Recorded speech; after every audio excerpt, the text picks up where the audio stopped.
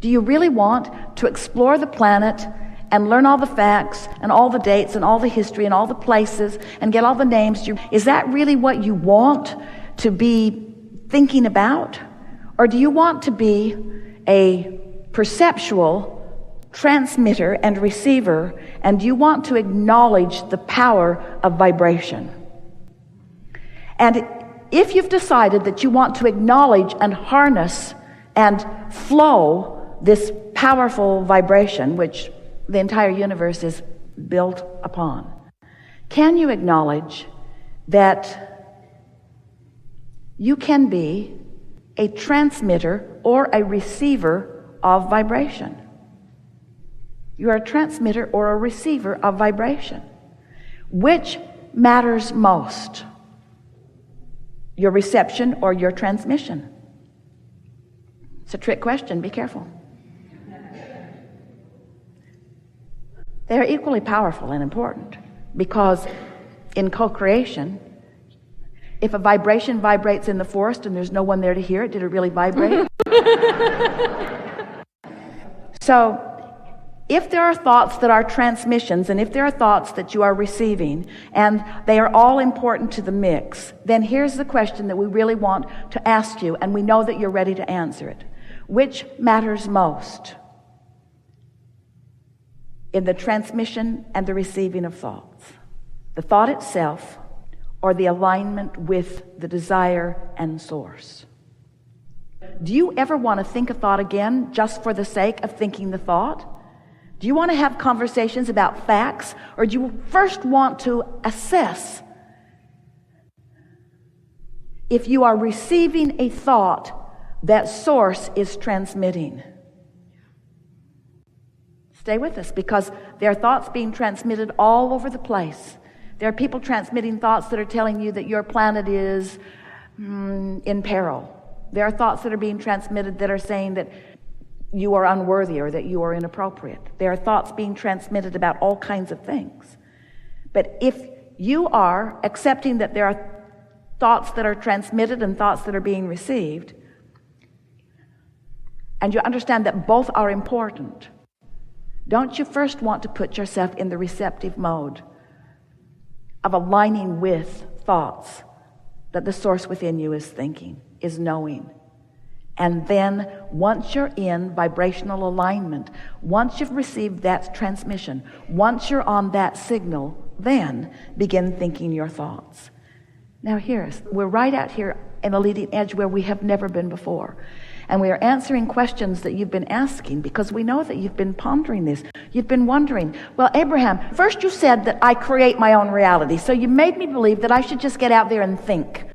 So I was out there thinking thoughts, and I go, cancel, trying to suck that thought back, because I could feel that that wasn't a thought that I wanted to think, that I wanted to manifest. And then you started telling me that while I do create my own reality, that really what I ought to be doing is receiving, that I ought to be in the mode of allowing. And so I started paying attention to the way I feel. Now you're talking about the wobble, and now I don't know, Abraham, am I supposed to be thinking these thoughts, or am I supposed to be receiving thoughts that somebody else is thinking? What's the deal here? Well, here's the deal. You want to tune to the frequency of who you are, and then collectively collaborate with the source within you in the creation of that which comes next. Because when we say that you are the creator of your own reality, we mean that everything will come to you in response to the thoughts that you're thinking. But you are among the unique handful of people who are now on the cusp of really understanding what it's like to harness the leverage of the energy that creates worlds and flow in conjunction with source, creator, source, ideas that are important to you. Can you feel the distinction that we are making? You just don't want to think any old random thought for the sake of thinking. First, you want to tune to the frequency of the creator of all that is. And then let the uniqueness of the life that you've lived manifest.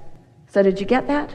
Now we're going to tell you why that's already been going on in a version that you've been listening to from us for a while, but it's going to click into place in a whole new way.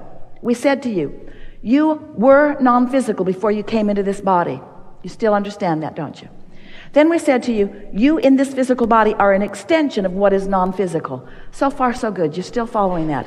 Then we said to you, you're exploring the variety of your time-space reality, knowing what you don't want and therefore knowing what you do want.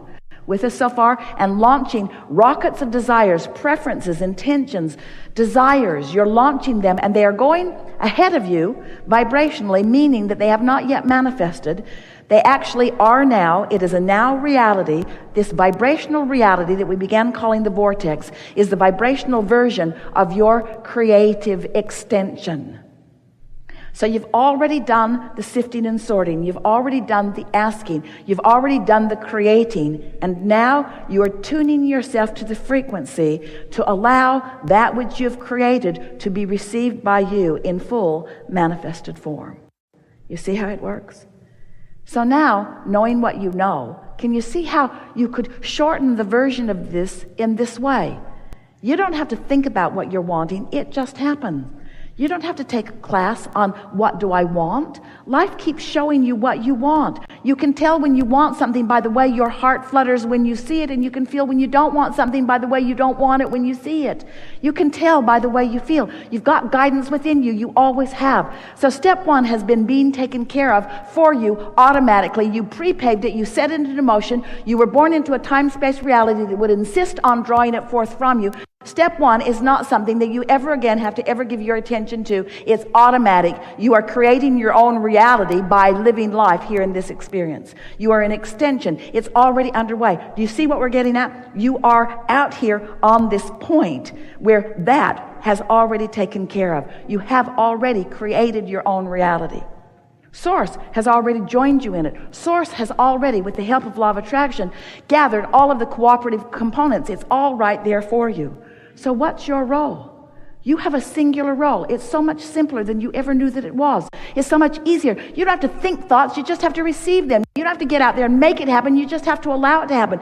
You just have to find some reason in the world, scrape the world and look for a reason to feel good right here, right now, and you will have accomplished step 3 of this equation. That's all you got to do.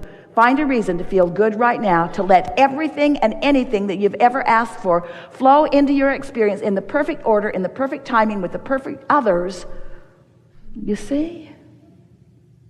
So then you've got to be asking, okay, Abraham, seems like a lot of that was sort of set up before I got here. Contrast was in place.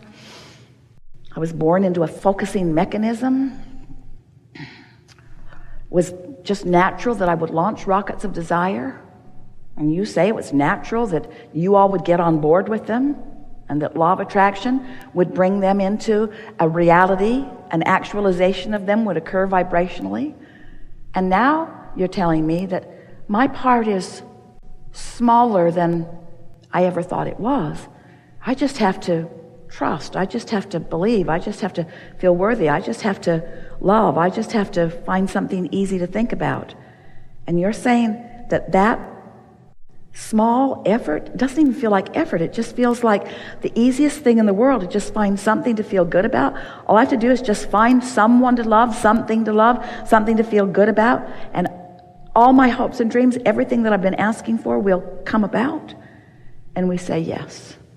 And with that will come a new perspective where you will stand, where you will begin now exploring new contrast from a newly acquired point of attraction. That's so big, because now you're going to be sifting through the variety in a new way, putting new things into your vortex. If we could push the fast forward button, we wouldn't do it. No, we would do it. We would like the idea. We would like to assemble this identical group again from the boundaries of this universe in a month's time, once all of these things that we've been explaining to you with words have come to pass and are part of your knowing.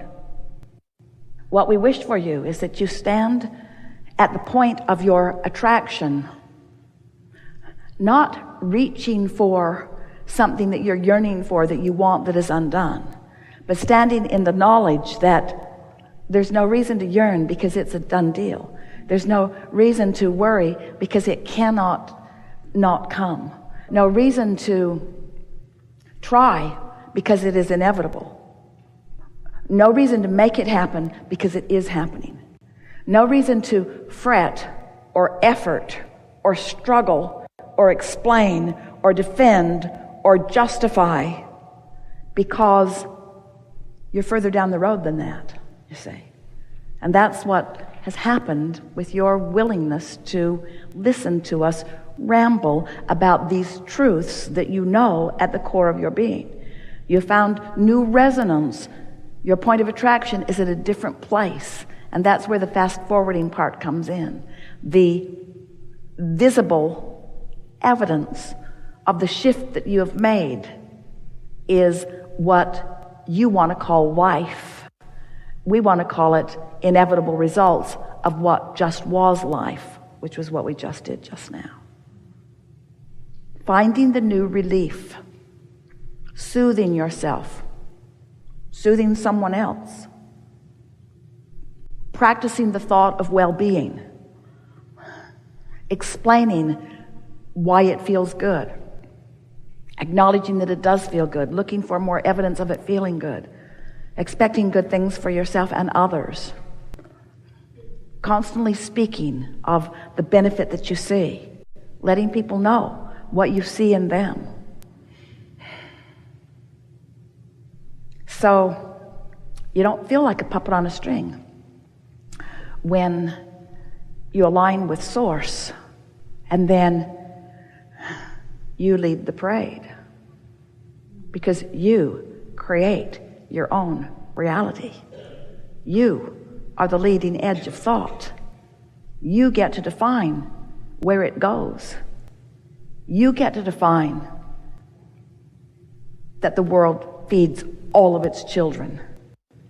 You get to define that kids can wake up feeling good in their nest. You get to define. You don't have to accept anything as it is. You get to redefine it, and you have the resources with you to accomplish it. So we'd like to put a question out to you. We would like to ask you, at what point does the satisfaction come to you? Does it only come at the end result when everybody's accepting that it is done? Or can you get it at the energy movement place? Do you feel it when you join with Source?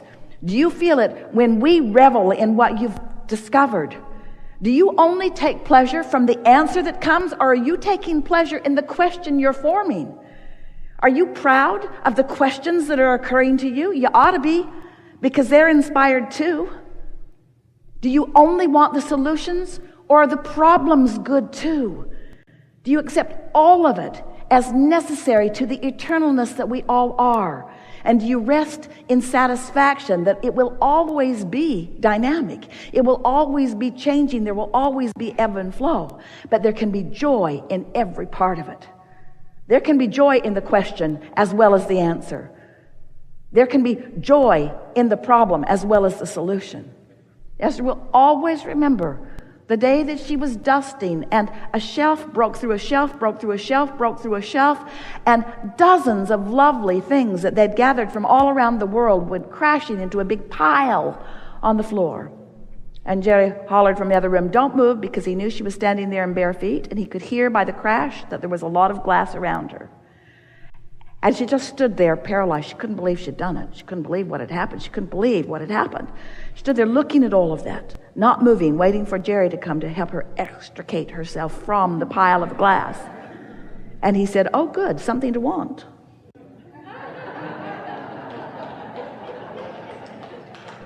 Oh, good. Something to want, something more, something new. Something different from before. Not a replacement of all of this. Not a let's find all of these things. Let's go out and find all of these things that we were inspired to before. Oh, good. New blank space to fill with new inspiration, you see. Don't you love being alive? Don't you love being in a tangible environment? Don't you love the see it, hear it, smell it, taste it, touch it properties of this time-space reality? Don't you love feasting your nose on things? Don't you love feasting your tongue and your eyes and your fingertips? Don't you love being in this time-space reality that is expanding right under your nose for you in the way that you are defining it?